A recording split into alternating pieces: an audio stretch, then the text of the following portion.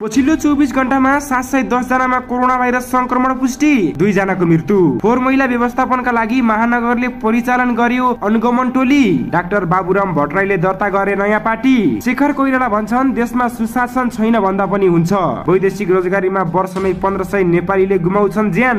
चलचित्र क्षेत्रको विकासका लागि राजनीतिमा प्रवेश गरे भुवन केसी। कांग्रेससँगै सहकार्य हुन्छ, अब दायाँ बायाँ सोच्नुहुन्न, प्रचण्डको भनाई। रवि लामेछानेसँग चुनाव लड्ने पत्रकार खेम भण्डारीको घोषणा। काठमाडौँ महानगरपालिकाले आजदेखि फोहोर उठाउन सुरु गर्यो। सरकारलाई एमाले सांसदको प्रश्न, प्रधान सेनापति अस्ट्रेलिया भ्रमणमा किन? शिक्षा मन्त्री पौडेलको दाबी, जनार्दन शर्मा फेरि अर्थ मन्त्रालय सम्हाल्ने गरी आउनुहुन्छ। एसीको नतिजा किन खस्कियो, छानबिन गरियोस्, सांसदको माग। लुक्लामा अफ सिजनमा पनि नियमित उडान गर्न वायु सेवा कम्पनी सहमत। मनसुन सक्रिय रहेकाले आगामी शनिबारसम्म वर्षाको सम्भावना। अब हेर्नुहोस् पुरा समाचार।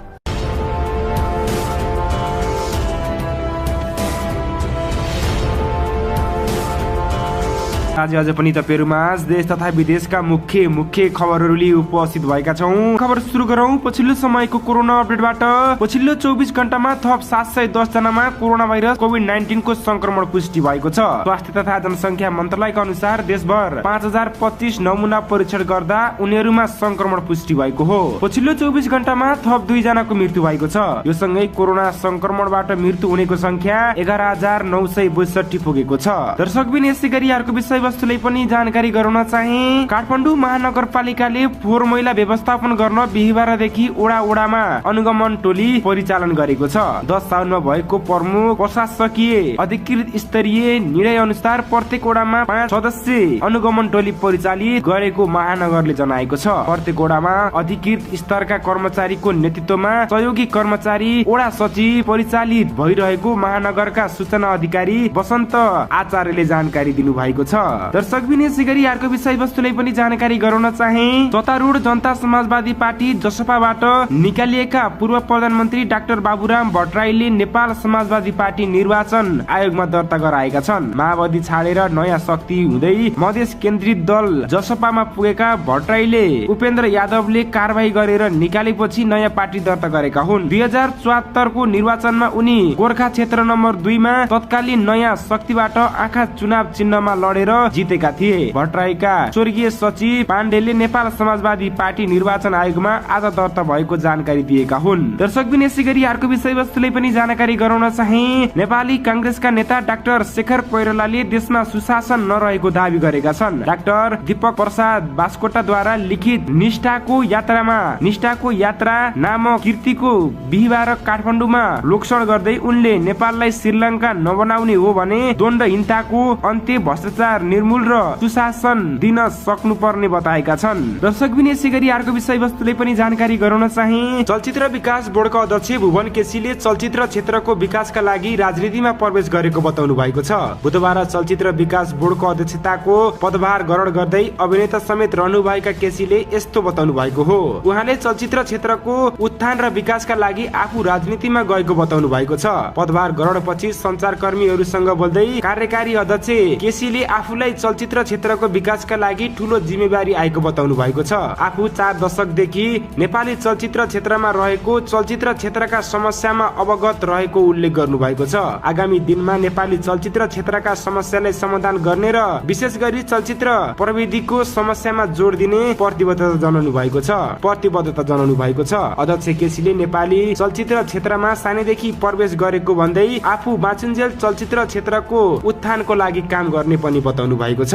दर्शकबिन यसैगरी अर्को विषय वस्तुले पनि जानकारी गराउन चाहे। नेकपा माओवादी केन्द्रका अध्यक्ष पुष्पकमल दाहाल प्रचण्डले आउँदो संघीय निर्वाचनमा पनि नेपाली कांग्रेससँगै सहकार्य र हालको गठबन्धन निरन्तर जारी रहने बताउनु भएको छ। बिहीबार बिहान पार्टी कार्यालय प्रेस डाँडामा बसेको माओवादी केन्द्रको स्थायी समिति बैठकमा वर्तमान राजनैतिक परिस्थिति बारे ब्रिफिङ गर्दै प्रचण्डले एमालेसँग सहकार्य सम्भव नभएको बताएका छन्। कांग्रेससँग नै सहकार्य गर्ने हो, अब दायाँ बायाँ सोच्नुहुन्न।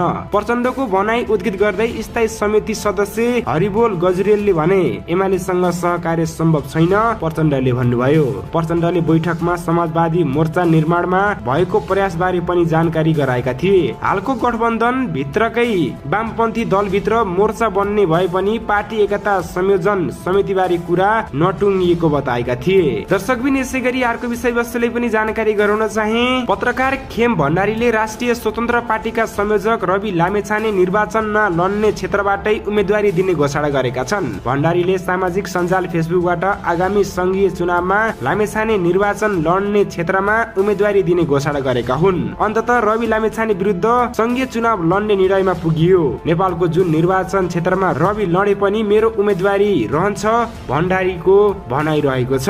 दर्शकबिन यसै गरी अर्को विषयवस्तुलाई पनि जानकारी गराउन चाहे। काठमाडौँ महानगरपालिकाले एक सातादेखि नउठाएको फोहोर आजदेखि उठाउन सुरु गरेको जानकारी दिएका छन्। महानगरपालिकाले सूचना जारी गरेर आज बिहानदेखि फोहोर संकलन सुरु गरी फोहोर उठाउन सुरु गरेको जानकारी दिएका हुन्। दर्शकबिन यसै गरी अर्को विषयवस्तुले पनि जानकारी गराउन चाहे। नेकपा एमालेकी सांसद दिलकुमारी रावलले प्रधान सेनापति परशुराम शर्मा अस्ट्रेलियामा भएको कार्यक्रममा सहभागी भएको विषयमा सरकारको जवाफ माग गरेकी छिन्। उनले प्रधान सेनापति इन्डो प्यासिफिक रणनीति आइपीएस को कार्यक्रममा सहभागी भएको समाचार आएको भन्दै प्रश्न गर्न सरकारसँग माग गरेकी हुन्। दर्शकबिन यसै गरी अर्को विषयवस्तुले पनि जानकारी गराउन चाहे। नेकपा माओवादी केन्द्रका प्रभावशाली नेता तथा शिक्षा मन्त्री देवेन्द्र पौडेलले जनार्दन शर्मा फेरि अर्थमन्त्री बन्ने सनसनीपूर्ण खुलासा गरेका छन्। हिजो राति प्राइम टिभीबाट प्रसारण भएको जनता जान्न चाहन्छन् कार्यक्रममा पत्रकार ऋषि धमलासँग कुरा गर्दै उनले यस्तो बताएका हुन्।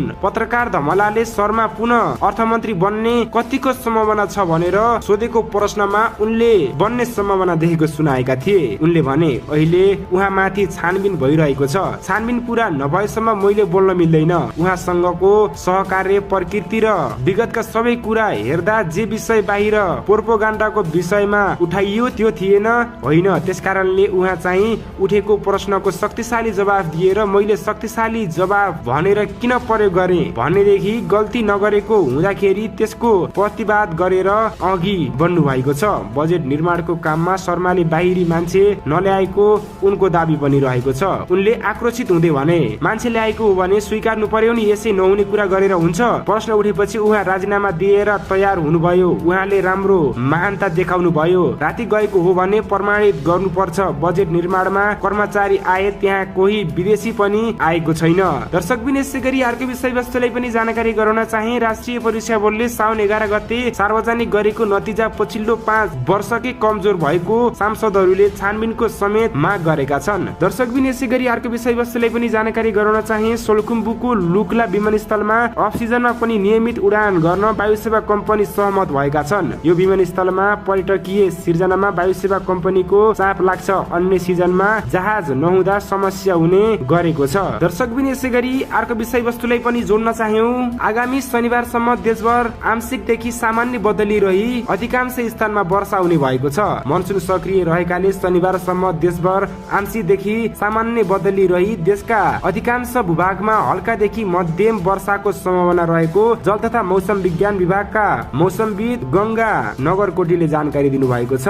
दर्शकबिन अहिलेलाई मुख्य खबर यति नै। अर्को विशेष खबरको साथमा उपस्थित हुनेछौं। त्यतिन्जेलसम्मको लागि बिदा हुन चाहन्छौं। हस्त धन्यवाद। जय नेपाल।